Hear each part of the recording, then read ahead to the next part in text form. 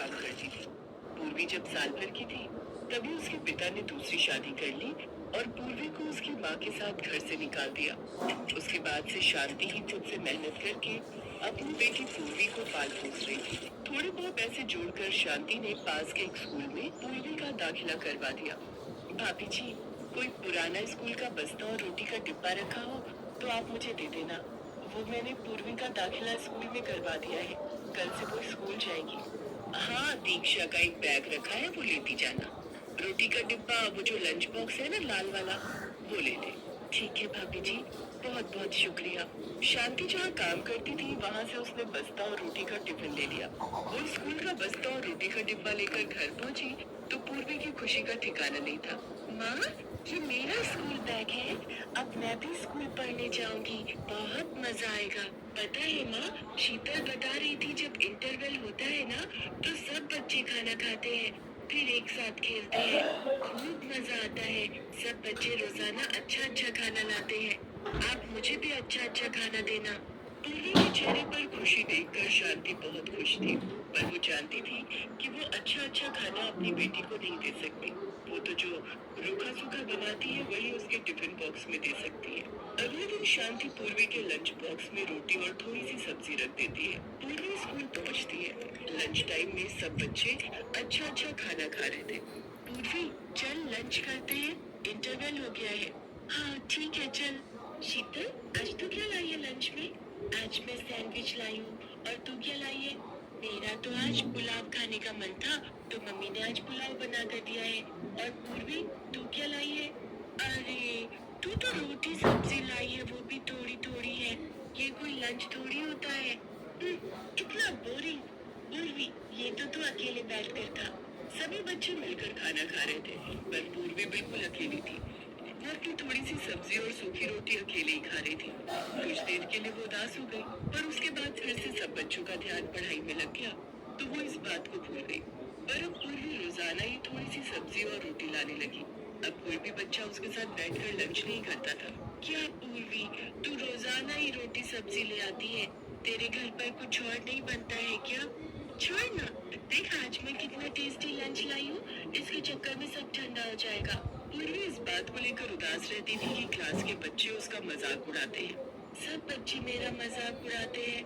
बच्चे तरह तरह के लंच लाते हैं और मैं हमेशा रोटी सब्जी लेकर जाती हूँ, पर मैं जानती हूँ माँ के पास इतने पैसे नहीं है कि वो मुझे रोजाना तरह तरह के लंच दे सके। कोई बात नहीं, मैं वही रोटी सब्जी ही ले जाऊंगी।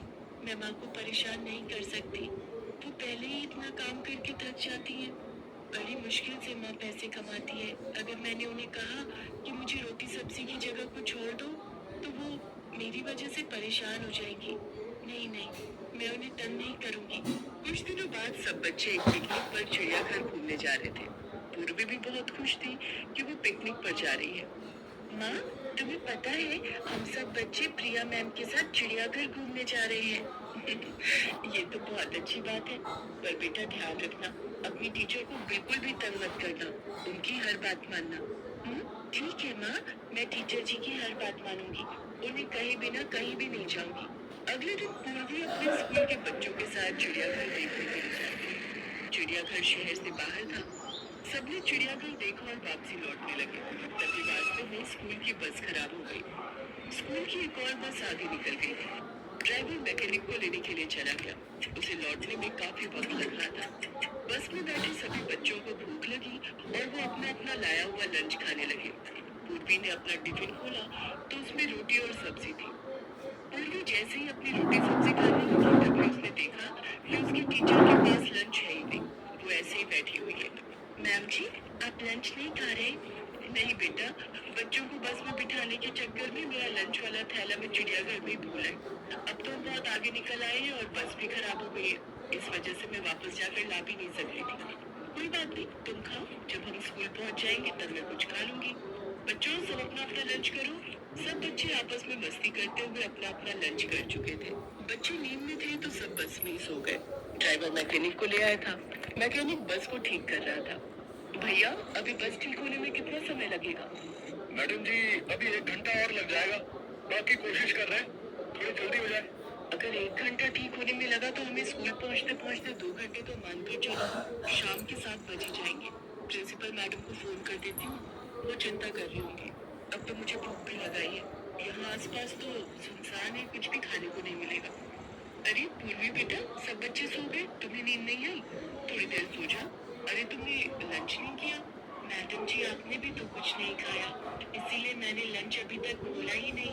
आप मेरे लंच में से थोड़ा खा लो।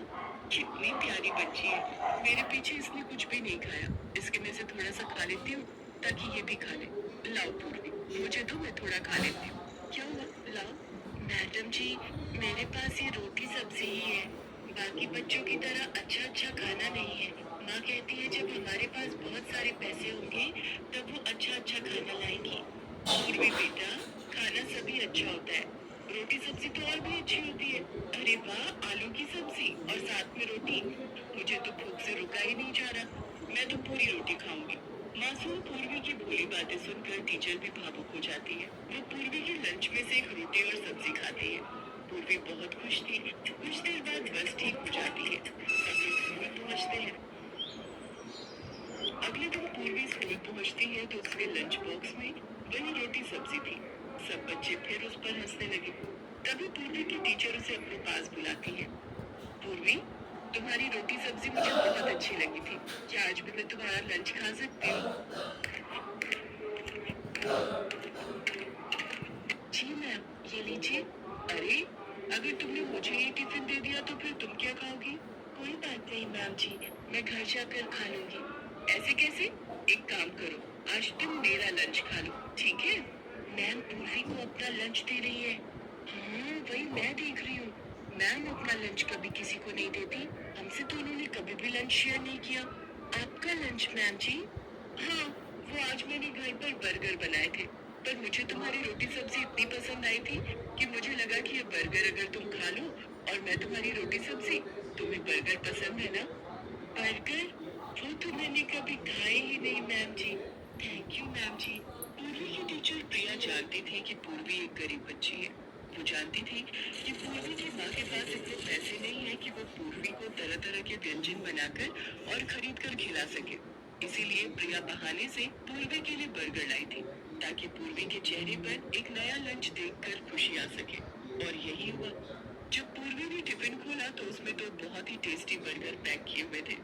पूर्वी को बर्गर खाते हुए जो खुशी मिल रही थी, उस खुशी को देखकर टीचर प्रिया की आंखें भी थोड़ी नम हो गई। इसके बाद कभी कभी बहाने से टीचर प्रिया पूर्वी के लिए तरह तरह के खाने पीने की चीजें लाती रहती थी। एक छोटी सी प्यारी मासूम बच्ची का दिल कितना बड़ा है, ये बात प्रिया को उस दिन बस में समझ आ गई थी। इसीलिए टीचर होने के नाते उसने अपनी तरफ से पूरी कोशिश की कि वो भी पूर्वी के चेहरे पर खुशी ला सके। यही कोशिश कामयाब रही और पूर्वी के चेहरे पर खुशी आ गई।